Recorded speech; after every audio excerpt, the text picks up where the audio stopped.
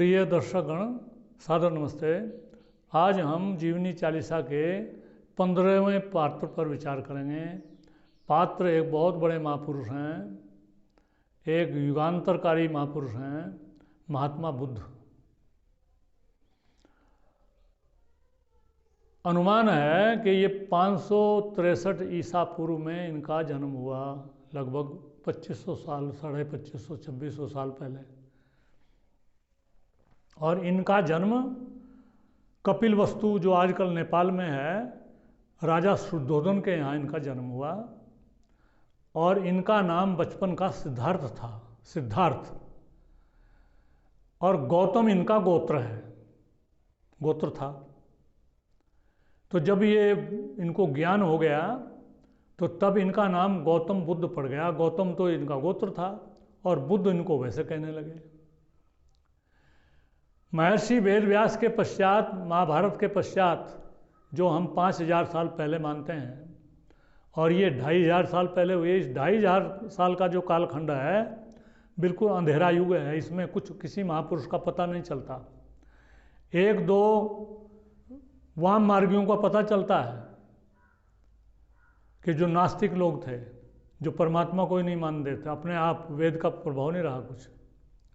और वेद का प्रभाव इतना घट गया कि महात्मा बुद्ध के समय में जब ये पैदा हुए और इनको वैराग्य हो गया।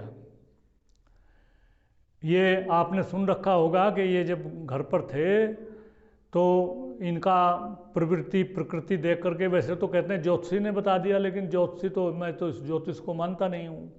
इनकी प्रवृत्ति प्रकृति देख करके किसी विद्वान ने बता दिया कि ये वैराग्य इसको हो सकता है, इसकी प्रवृत्ति ऐसी है, तो इसको ज़्यादा वैसी जो स्थिति हैं, जो प्रतिकूल स्थितियां हैं, उसमें इसको न ले जाओ। लेकिन कभी कभी ये बाज़ार में घूमने, शहर में घूमने चले गए तो इनको मुर्दा दिख गया, शव यात्रा दिख गई, कोई बीमार दिख गया, बूढ़ा दिख गया। आपको इस बात की जानकारी है?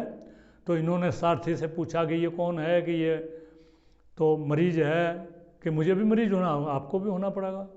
और ये वृद्ध है, ये बूढ़ा है, ये टेढ़ा होकर के लाठी के सहारे चल रहा है, और ये शव यात्रा जा रही है, कि ये क्या हो रहा है, कि ये तो मर गया, अब दुनिया से चला गया, बस अब इसको तो शव यात्रा है, इसको जला देंगे। अब अगर मुझे भी ऐसा होगा, मुझे भी ऐसा करना पड़ेगा। तो इनके अंदर वैराग्य पैदा हो गया। और 16 वर्ष की उम्र में इनका विवाह हुआ था। 13 साल ये गृहस्थी में रहे और इनका बच्चा भी एक पैदा हो गया, राहुल। और फिर एक घर छोड़ के चले गए और 6 वर्ष इन्होंने तपस्या की। योग विद्या, जो अपनी योग शास्त्र है महर्षि पतंजलि का, वो तो उससे भी पहले लिखा हुआ है, उसके आधार पर इन्होंने तपस्या नहीं की और योग साधन नहीं किया। कुछ कैसा इनको बताया, कैसे नहीं बताया, बहुत ऊंची ये प्रतिभा थी।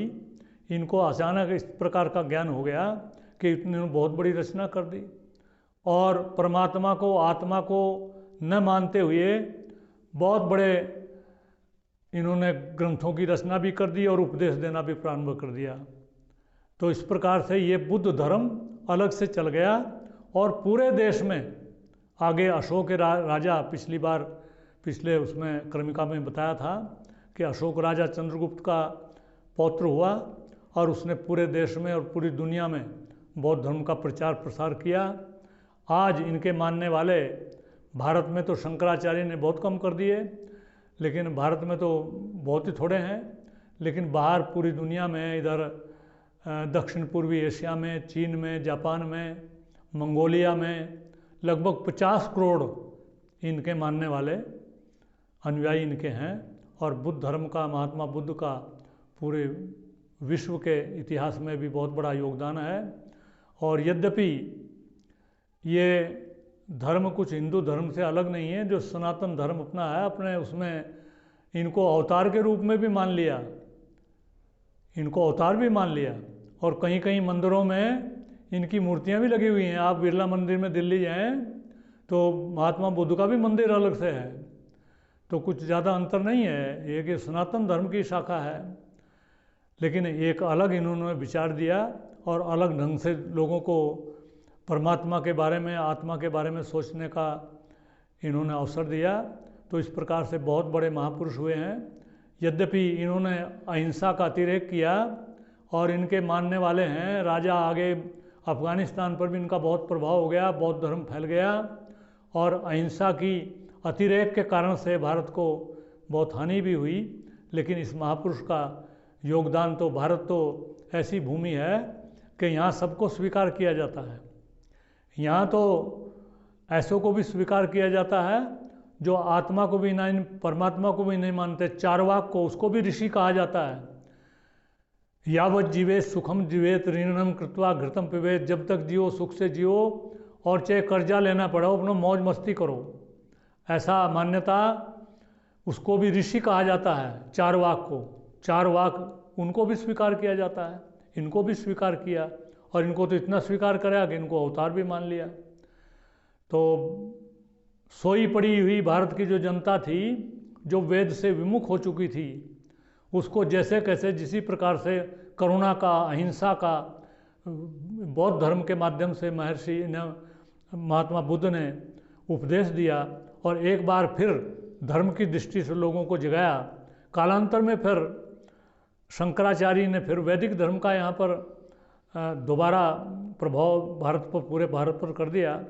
लेकिन फिर भी सोया हुआ जो समाज था धर्म की दृष्टि से, उनको एक प्रकार से जगाया और महात्मा बुद्ध ने दोबारा फिर भारत को धार्मिकता दी, अध्यात्म दिया अपने हिसाब से। ये तो बहुत बड़ा महासागर है जो भारत का दर्शन है, जो वैदिक दर्शन है और जो सनातन धर्म का दर्शन है। उसमें नास्तिक मत भी हैं, आस्तिक मत भी हैं। 6 आस्तिक मत हैं और 2 ये नास्तिक, महावीर जैन का जैन मत और महात्मा बुद्ध का बौद्ध मत, ये नास्तिक मत हैं। हम तो इन दोनों को मानते हैं, कोई किसी को मान ले किसी को नहीं मान ले। तो ये हिंदू संस्कृति की, सनातन संस्कृति की ये विशेषता है कि यहाँ बहुत अधिक सहनशीलता है, बहुत ज़्यादा टॉलरेंस है और इसी के कारण से, इस लचक के कारण से ये हिंदू धर्म, सनातन धर्म अब तक जिंदा है और ऐसे ही जिंदा रहेगा। महात्मा बुद्ध का इस देश को जगाने में, इस देश को अहिंसा का, करुणा का उपदेश देने में बहुत बड़ा योगदान है। इन्हीं शब्दों के साथ मैं इस जीवनी चालीसा के 15वें इस क्रमिका को समाप्त करता हूँ। इति ओम शम नमस्ते जी।